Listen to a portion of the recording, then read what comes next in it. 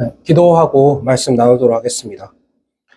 지극히 존귀하신 아버지, 오늘 주의 백성들을 이 자리 가운데 모으시고 말씀을 나눌 수 있게 하심에 감사드립니다. 부족한 자들이 모여 하나님의 말씀을 전하고 들으며 나누는 자리에 성령께서 함께 하심으로 어둡고 무지한 저희에게 계시의 빛을 비춰 주시옵소서. 오직 하나님께서 주시는 지혜가 아니고서는 하나님의 말씀을 우리는 깨닫지 못하오니 우리를 불쌍히 여기시고 은혜를 더하여 주시옵소서. 예수님의 이름으로 기도드립니다. 아멘. 제가 옛날에 먹었던 음식 중에 맛이 아니라 그것이 만들어지는 과정 때문에 기억이 강하게 남는 음식이 있습니다. 바로 소금 새우구이입니다. 새우를 소금 구이로 만드는 과정이 제게 굉장히 인상 깊게 다가왔습니다. 제가 간 매장에서는 팬 위에 소금을 올려놓고 소금을 깔아놓고 그 위에 이제 살아있는 새우를 올려놨습니다. 그리고 팬 위에 이제 뚜껑을 덮고 새우를 이제 살아있는 채로 이제 굽기 시작하는 것이지요. 어느 정도 팬이 뜨거워지자 새우들은 반응하기 시작했습니다. 바로 팬에서 벗어나기 위해서 필사적으로 뛰기 시작한 거였습니다. 새우들에게는 안타깝게도 뚜껑이 덮여 있었기 때문에 새우들의 시도는 그저 미수로 그치고 말았습니다. 통통통통통통통 하면서 마치 아우성을 치듯이 새우들은 뚜껑에 부딪히면서 자신들을 익혀버리는 공간에서 벗어나고자 발버둥을 쳤습니다. 그리고 시간이 지나자 새우들의 움직임은 잦아들었고 저와 일행들은 맛있게 구워진 새우구이를 먹기 시작했습니다. 이러한 장면들은 솥에 덮여있던 뚜껑이 투명했기에 저는 그 과정들을 실시간으로 볼 수 있었습니다. 당시에도 참 인간은 잔인하구나 라는 생각을 했지만 그 장면은 생각보다 저에게 깊은 인상을 또 남기기도 했습니다. 대충 계산해 보니까 한 7년 정도 지난 일이었는데요. 그럼에도 불구하고 이 장면이 제 기억에 이렇게 생생하게 새겨져 있는 이유는 제가 이것을 통해서 어떤 개념을 형성했기 때문입니다. 바로 우리 인간이 먹는 음식은 재료의 죽음을 전제한다는 것입니다. 다시, 인간이 먹는 음식은 그 음식의 재료의 죽음을 전제한다. 우리가 먹는 쌀 역시 또 다른 쌀을 맺을 수 있는 씨앗의 죽음을 의미합니다. 우리가 먹는 고기 반찬, 해산물, 심지어 채소들까지 우리의 음식물이 되는 재료들은 모두 음식이 되기 전, 그리고 우리에게 먹히기 전에 그 재료의 죽음을 경험하게 됩니다. 자르든지, 데치든지, 찌든지, 튀기든지, 굽든지, 여러 가지 방법으로 말입니다. 그렇게 새우들의 정말 죽음을 통해서 저는 제가 먹는 음식이 누군가의 죽음, 무엇인가의 죽음을 전제한다는 사실을 깨달을 수 있었습니다. 오늘 본문 역시 먹는 것과 관련된 이야기입니다. 우리가 흔히 아는 오병이어라는 사건이죠. 5개의 떡과 2마리의 물고기가 집중이 되는 사건입니다. 어린 시절부터 교회에 출석하셨던 분이라면 적어도 한 번쯤은 들어보신 이야기일 것입니다.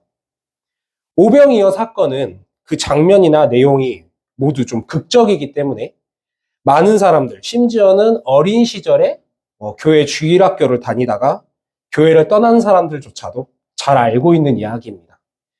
인터넷의 흔한 농담거리로도 많이 사용되는 이야기이지요.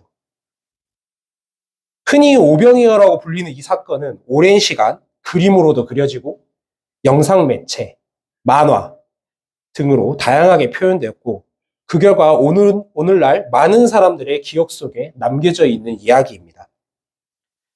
하지만 저는 이 사건에 대해서 알고 있었던 시간이 길었음에도 불구하고 이 사건이 도대체 무슨 의미를 가지고 있는지에 대해서 명확하게 설명하는 설교나 이야기나 글이나 그런 것들을 거의 본 적이 없는 것 같습니다. 그저 그냥 예수님께서 불쌍한 빈민들을 위해서 음식을 나눠주셨다. 그러므로 우리도 나누는 삶을 살아야 한다는 수준의 간단한 교훈을 도출하는 수준의 이야기나 설교들을 주로 들었던 것 같아요. 그래서 저는 오늘 이 본문을 준비하면서 오병이어 사건을 좀 낯설게 보기를 했습니다. 제가 이미 알고 있는 선입견이나 편견들을 제거하고 본문을 바라보았습니다. 그리고 오늘 제가 바로 오병이어의 사건을 오늘 이 자리에 계신 분들과 함께 나누고자 합니다. 우선 본문의 저자인 마가가 이 사건을 마가복음이라는 책에서 어떻게 서술해내고 있는지에 대해서 한번 알아보도록 하겠습니다. 마가는 유대인이죠. 그렇기에 그가 쓴 글은 유대 문학의 특징을 가지고 있습니다. 네, 어렵지 않습니다. 자, 한번 들어보십시오. 자, 유대 문학의 특징 중 하나는 글이 이 샌드위치 구조로 설명되어 있다는 것이죠. 자, 샌드위치 구조에 대해서 우리가 생각해 볼 때 이름 그대로 샌드위치를 생각하시면 되겠습니다. 아주 이해하기 쉽습니다. 자, 샌드위치란 자, 위아래 이렇게 빵이 덮여 있고 그 빵 사이에 다른 음식물이 들어있는 음식이죠. 마치 그것처럼 마가가 쓴 글은 샌드위치 구조를 이용하여 서술한 부분들이 있습니다. 유사하거나 동일하거나 관련된 이야기가 이렇게 빵처럼 앞뒤에 놓여져 있고 그리고 빵의 위치에 있는 글의 내용과 관련되거나 그 주제를 더 명확하게 알려주는 이야기가 그 두 이야기 사이에 이렇게 배치가 되는 것이죠. 그것이 바로 샌드위치 구조입니다.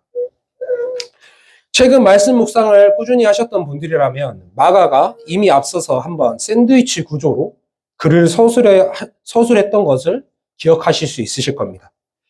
바로 혈루증 앓는 여인과 회당장 야이로의 딸 이야기입니다. 그 문단을 보면 마가는 12살 먹은 회당장 야이로의 딸 이야기를 앞뒤로 이렇게 배치해 놓고 그리고 12의 혈루증 앓는 여인의 이야기를 그 사이에 넣습니다. 예수님이 야이로의 딸의 이야기를 듣고 그 가는 와중에 12의 혈루증 앓는 여자를 만나고 그리고 야이로의 집에 도착해서 딸을 살리시는 내용으로 이렇게 샌드위치 구조로 이루어져 있는 것이죠. 그를 통해 마가는 이 세 가지 이야기로 하나의 주제를 강조해서 우리에게 전달합니다. 그것과 같이 오늘 본문도 샌드위치 구조의 일부로 서술되어 있습니다. 샌드위치의 뒤쪽 빵이 이제 뒤쪽 빵이죠. 여기죠. 오늘의 본문입니다.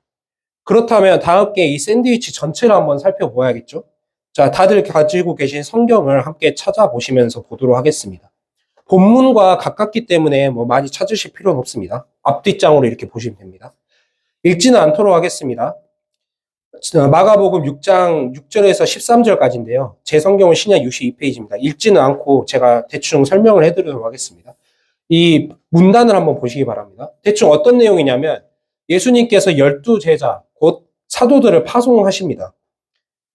첫 번째 부분이죠. 그 앞쪽 부분이죠. 근데 그들에게 귀신을 제어하는 권능, 곧 예수님의 권능을 주시고 회개를 전파하며 병자들을 고치라고 명령하십니다. 이게 그 문단의 끝부분입니다. 그리고 샌드위치 내용물에 해당하는 부분이 바로 이어지는 14절에서 29절 말씀입니다. 이 부분은 바로 회개의 세례를 베풀던 세례 요한의 가르침을 거부하고 세례 요한을 못 베어 죽이는 헤롯의 이야기입니다. 그 후 뒤쪽 방의 부분으로 오늘의 이야기, 곧 오병이어의 이야기가 이어집니다. 물론 이게 왜 샌드위치 구조라고 질문하신 분들이 계실 수도 있습니다. 그것은 바로 오늘 본문 첫 절이 그것을 뒷받침하기 때문입니다. 오늘 본문 첫 절이 무엇인가요? 다 함께 읽어보겠습니다. 6장 30절입니다. 자, 바로 다 찾아보실 필요 없죠. 바로 읽어보겠습니다. 시작. 사도들이 예수께 모여 자기들이 행한 것과 가르치신 것을 낱낱이 고하니. 그렇습니다. 지금 이 전체 구조는 사도들이 파송을 받고 돌아오는 이야기들과 그 사이에 이제 세례 요한의 죽음의 이야기가 끼어져 있는 것입니다. 바로 그런 구조입니다.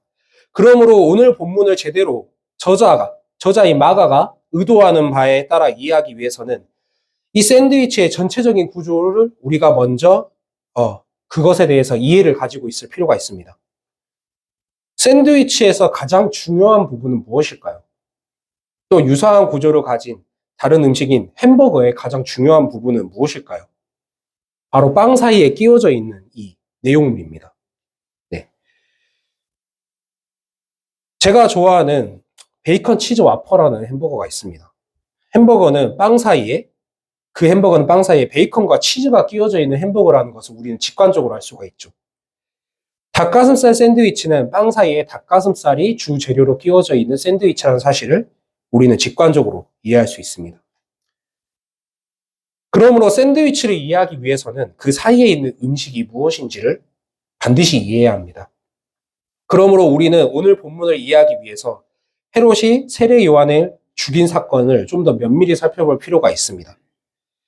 이 사건의 서술은 12제자들이 파송을 받고 예수님의 가르침을 전함으로 그 소문이 퍼지는 것에서 시작합니다.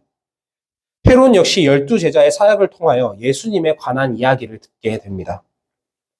그리고 어떻게 반응하냐면 그는 자신이 이전에 목벤 세례 요한이 살아났다고 이야기합니다.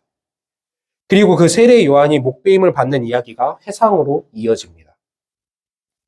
이 헤롯과 세례 요한의 이야기에 대해서 좀 우리가 살펴볼 것은 많지만 오늘 우리가 살펴볼 본문은 아니기 때문에 제가 간략하게 설명해 드리도록 하겠습니다. 지금 우리가 보는 샌드위치 구조는 예수님의 가르침이 퍼지고 그 가르침에 대하여 반응하는 인물들의 이야기로 구성되어 있습니다. 그리고 그 반응하는 사람들을 통하여 예수님의 가르침이 무엇인지에 대해서 설명합니다. 바로 예수님의 가르침은 곧 세례 요한의 가르침과 같다는 것을 우리에게 알려줍니다. 헤롯의 말을 한번 살펴보도록 하겠습니다. 6장 14절에서 16절입니다. 제 성경으로는 신약 62페이지입니다. 이 부분을 함께 읽어보도록 하겠습니다. 6장 14절에서 16절입니다.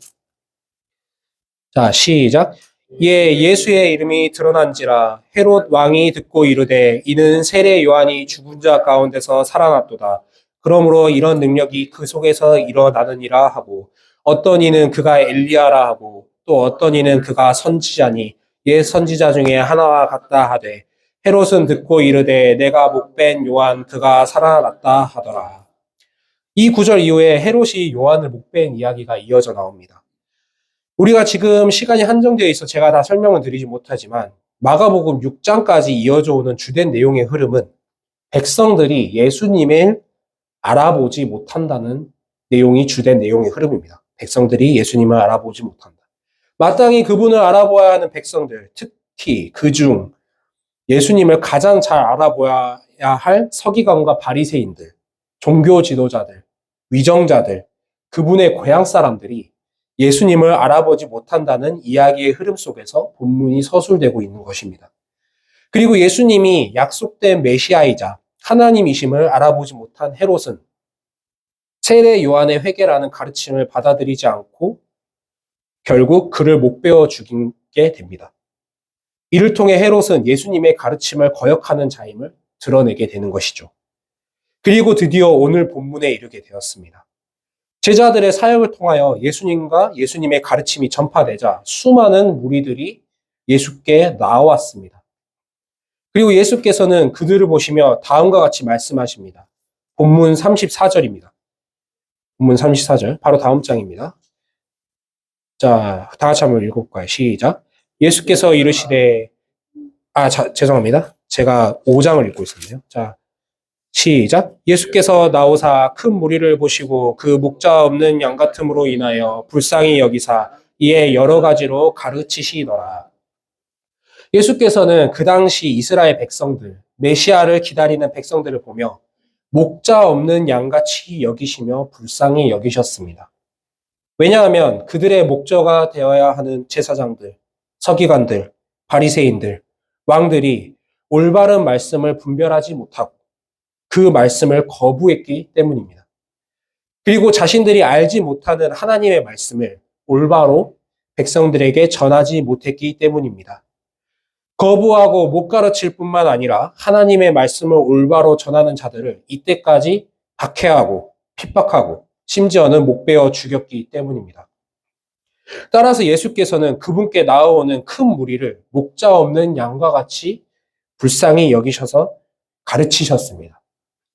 그리고 이 목자 없는 양들이 빈들에서 먹을 것이 없어 굶주리며 유리하는 것을 보셨습니다. 그렇기에 그들을 먹이십니다. 이 장면은 바로 목자 없는 양들이 드디어 마침내 자신들을 먹이고 보살피는 목자를 만나는 극적인 장면인 것입니다. 예수께서는 이들을 먹이시기 전에 푸른 잔디 위에 앉히십니다. 마치 다윗은 오병이어 사건을 본 것과 같이 자신의 시에서 다음과 같이 노래합니다.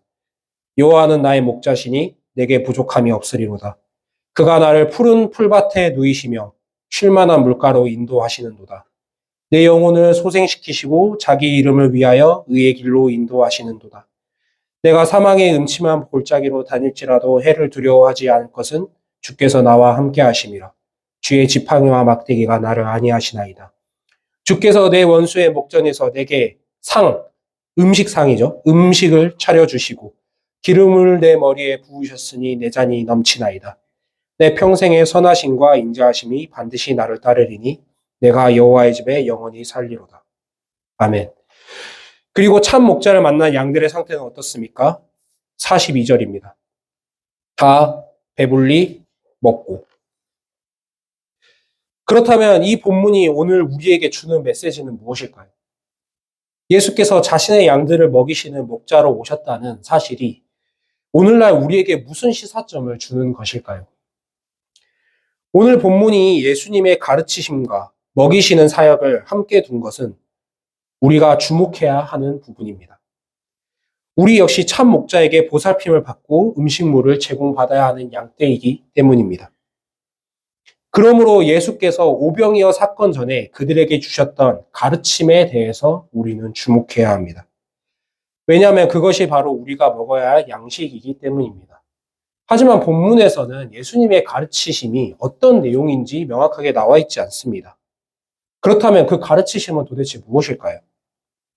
바로 이 샌드위치 구조에서 다 설명을 해주고 있습니다. 예수님은 12제자를 파송하시며 회개를 전파하고 귀신을 쫓아내며 많은 병자에게 기름을 바르도록 명령하셨습니다. 그리고 그 회개의 메시지는 세례 요한의 메시지였습니다. 그렇기에 예수님의 사역을 듣고 본 이들은 예수님을 엘리야라고 불렀습니다. 그렇다면 그 엘리야가 의미하는 바가 무엇일까요? 유대인들이 이야기하는 엘리야에 대해 알기 위해서는 구약의 마지막 성경인 말라기를 우리는 살펴보아야 합니다. 제가 읽어드리겠습니다. 말라기 4장 4절에서 6절입니다. 한번 잘 들어보십시오. 너희는 내가 호렙에서 온 이스라엘을 위하여 내 종 모세에게 명령한 법, 곧 율례와 법도를 기억하라.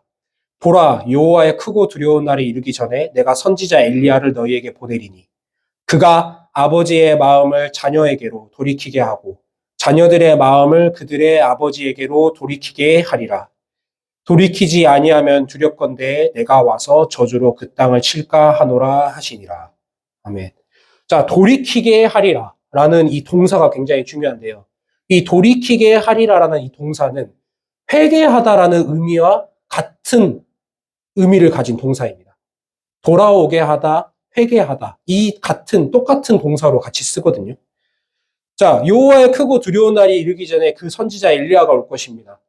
그리고 그가 아버지의 마음을 자녀에게로 돌이키고 자녀의 마음을 아버지에게로 돌이킬 것입니다. 회개시킬 것입니다.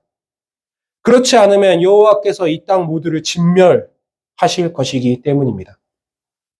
하지만 헤롯이 그러했던 것과 같이 인간은 스스로 하나님께 자신의 마음을 돌이켜 회개할 수 없습니다. 아니요, 돌이켜 회개할 수 없을 뿐만 아니라 하나님의 말씀을 적극적으로 거역합니다. 아니요, 적극적으로 거역할 뿐만 아니라 하나님을 십자가에 못 박아 죽이기까지 하였습니다. 그렇기에 예수님께서 세례 요한과 같이 엘리야로 우리에게 오셔야만 했습니다. 그렇게 예수님은 우리의 마음을 아버지께로 회개시키기 위하여 이 땅에 오셨습니다. 그리고 하나님의 무차별적이고 완전한 심판에서 우리를 건지시기 위하여 오셨습니다. 그리고 회개의 세례를 베풀던 세례 요한이 이 땅의 왕에게 죽임을 당한 것과 같이 자신의 백성들을 회개시키기 위하여 십자가에서 하나님의 진멸을 온전히 감내하신 것입니다. 그리고 그분의 죽음이 재료가 되어 우리가 배부르게 먹을 수 있는 양식으로 주어졌습니다. 예수 그리스도의 죽음이라는 재료로 우리는 회개함이라는 음식을 취하게 되었습니다. 그리고 먹고 배부르게 되었습니다. 그리고 우리 자녀의 마음을 아버지께로, 아버지의 마음을 우리 자녀에게로 회개할 수 있게 되었습니다. 목자 없는 양같이 유리방황하던 우리가 목자의 죽음이라는 재료를 통하여 하늘의 양식을 먹게 되고 목자와 함께 영원히 거하게 된 것입니다. 바로 여호와 자신께서 목자가 되어 이 땅에 내려오신 것입니다. 그리고 오늘의 이야기는 여기서 그치지 않습니다. 이 사건에서 12제자들이 맡았던 역할이 있었습니다. 그것은 바로 오늘 우리에게 예수님께서 명령하시는 역할이기도 합니다. 그것은 바로 예수님께서 자신의 죽음으로 제공하신 음식을 목자를 잃고 헤매는 양들에게 나누어 주는 것입니다. 예수께서는 제자들을 보내시며 회개를 가르치라고 명령하십니다. 그리고 자신이 만드신 음식을, 자신이 축사하신 음식을 제자들에게 나누어 주라고 명령하십니다. 그러므로 우리는 예수께서 우리에게 제공하신 이 음식, 회개의 말씀을 다른 이들에게도 나누어 주어야 합니다. 그러므로 성도 여러분, 예수께서 베푸신 음식을 먹고 배부르는데 그치지 마시기 바랍니다. 주변을 돌아보시기 바랍니다. 가족, 형제, 자녀, 친구, 동료 등 유리방황하며 목자를 떠나 고생하는 이들을 돌아보시기 바랍니다. 그리고 예수께서 풍성하게 우리에게 넘겨주신 이 음식을 그들과 함께 나누시길 바랍니다. 이 복음의 소식을 독점하지 마시길 바랍니다. 하나님의 나라의 풍성함은 쌓아두는 데 있지 아니하고 나누는 데 있습니다. 이 풍성한 은혜를 함께 나누는 형제 자매분들이 되시기를 바랍니다. 기도하겠습니다. 존귀하신 아버지, 약속하신 엘리야로서 아들 하나님을 우리에게 보내시고 목자를 잃고 방황하는 저희들을 불쌍히 여기사 양들을 위하여 자신의 목숨을 버리는 참된 목자를 우리에게 보내주심에 감사드립니다. 그리고 자기를 죽음에 내어주심으로 우리를 풍성하게 하신 아버지의 사랑과 은혜를 찬양합니다. 우리가 하나님의 크신 역사를 통하여 하나님을 높여 찬양하게 하시고 또한 이 풍성한 은혜를 이웃들과 나누는 언약 백성의 역할을 잘 감당할 수 있도록 은혜를 베풀어 주시옵소서. 예수 그리스도의 이름으로 기도드립니다. 아멘.